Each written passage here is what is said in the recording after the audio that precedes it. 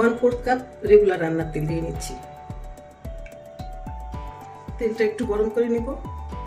পেঁয়াজটা ফ্রিজে কেটে রাখা ছিল, তাই একটু ভিজা ভিজা আছে। যাই হোক, সমস্যা নাই, এটা দিয়েই আমি রান্না করে নেব। এখান থেকে আমি পরিমাণ মতো কিছু পেঁয়াজ দিয়ে নিচ্ছি। দিচ্ছি কয়েকটা তেজপাতা।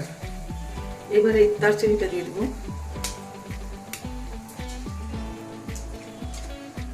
7-8টা লবঙ্গ দিয়ে দিলাম। 3টে এলাচ আমি একটু চিড়ে দিচ্ছি।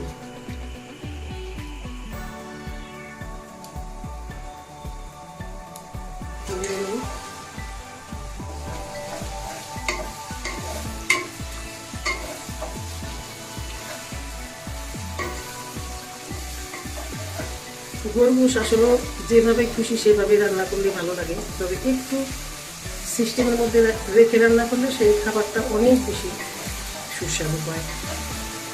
আমার আসলে আজকে প্রচুর ঠান্ডা লাগছে, যে কারণে আমি কথা বলতে পারতেছি না। তারপরও যেহেতু রেসিপিটা বোঝাইতে হবে, তাই আমি কথা বলছি।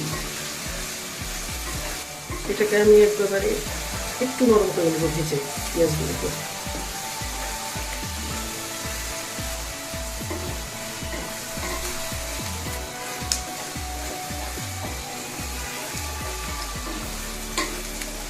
একটু অনবরত নাড়তে হবে, তা না হলে পেঁয়াজটা কোথাও কাঁচা থাকবে, আবার কোথাও পুড়ে যাবে।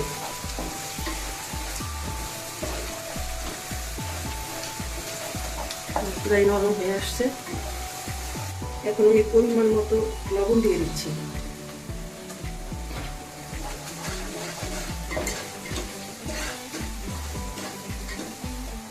এখানে আদা রসুন বাটা, সাথে কয়েকটা কাঁচামরিচ আছে, সমস্যা নাই, একটু বেঁচে ছিল, রেখে দিয়েছিল এটার ভিতরে।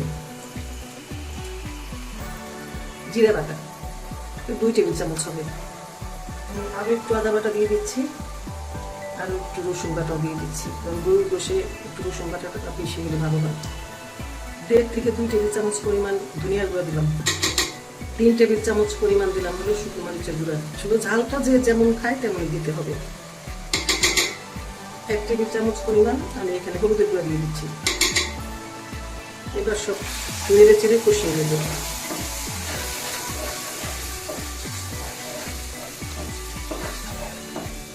চুলার তাপ মাঝারি তাপে রাখা আছে। এখানে আমি দিয়ে দিচ্ছি 4 টেবিল চামচ পরিমাণ টক দই। এই টক দই গরুর মাংসের স্বাদটাকে অনেকাংশে বাড়িয়ে দেবে। আপনি এটা নাও দিতে পারেন, স্কিপ করতে পারেন, তবে আমি দেবো কারণ তাড়াতাড়ি হয়ে যাবে, মাংসটা সিদ্ধ হয়ে যায় আর একটু টেস্ট বেশি আসে।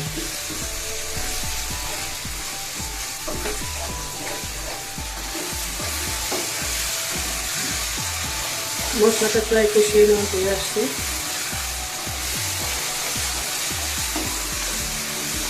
গোশটা দিয়ে আমি অনেকক্ষণ ধরে কষাবো, এর জন্য আমি এখন মশলাটা এত বেশি কষানো খুব বেশি একটা দরকার পড়বে না।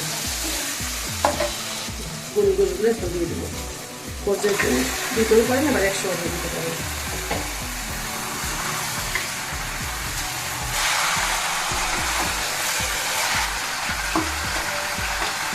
এবার চুলার তাপটা আমি একটু কমিয়ে ঢেকে রেখে রান্না করবো। পরে দেখা যাবে যে প্রচুর পরিমাণ পানি বের হয়েছে। আবার একটু নেড়ে নিই। এভাবে করে বারবার কিন্তু নেড়ে নিতে হবে। নেড়ে না নিলে তেলটার এই নিচে কিন্তু পুরা লেগে যাবে মশলাটার। পানি উঠে আসছে, কতটা পানি উঠছে। আর উঠবে।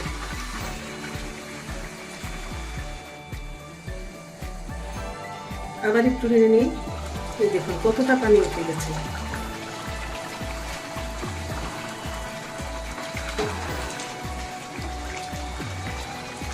আবার কিছু সময় ঢেকে রাখি।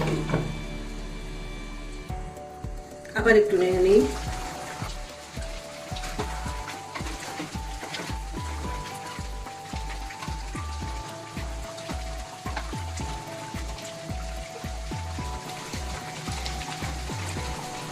আবার কিছু সময় ঢেকে দিই। এভাবে করে আমি এই মাংসটাকে খুব ভালোভাবে কষিয়ে নেব। এই তো দেখুন প্রায় গোলা হয়ে গেছে। তেলটা উপরের দিকে বেশি আসছে।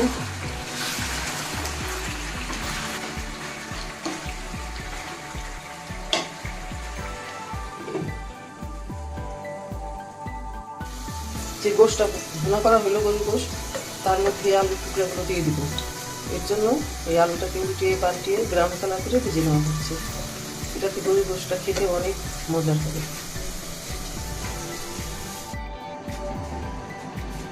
আলু ভাজাটা আপনাদের দেখাইছি, কিন্তু অ্যাকচুয়ালি আলু দেওয়াটা স্কিপ হয়ে গেছে। সমস্যা নাই, আলু দিয়ে দেওয়া হয়েছে আর একটু পানিও দিয়ে দেওয়া হয়েছে। এখন একটু রান্না করলেই হয়ে যাবে। হয়ে গেছে মোটামুটি অলমোস্ট। তারপরে আমি আপনাদের দেখানোর জন্য, যেহেতু স্কিপ হয়ে গেছে, দেখুন দেখতে এটা কত অসাধারণ হয়েছে। এই যে আলু গোশগুলি কিন্তু সব সিদ্ধ হয়ে গেছে, পরীক্ষা করে দেখেছি। অসাধারণ একটা গরুর গোশের রেসিপি।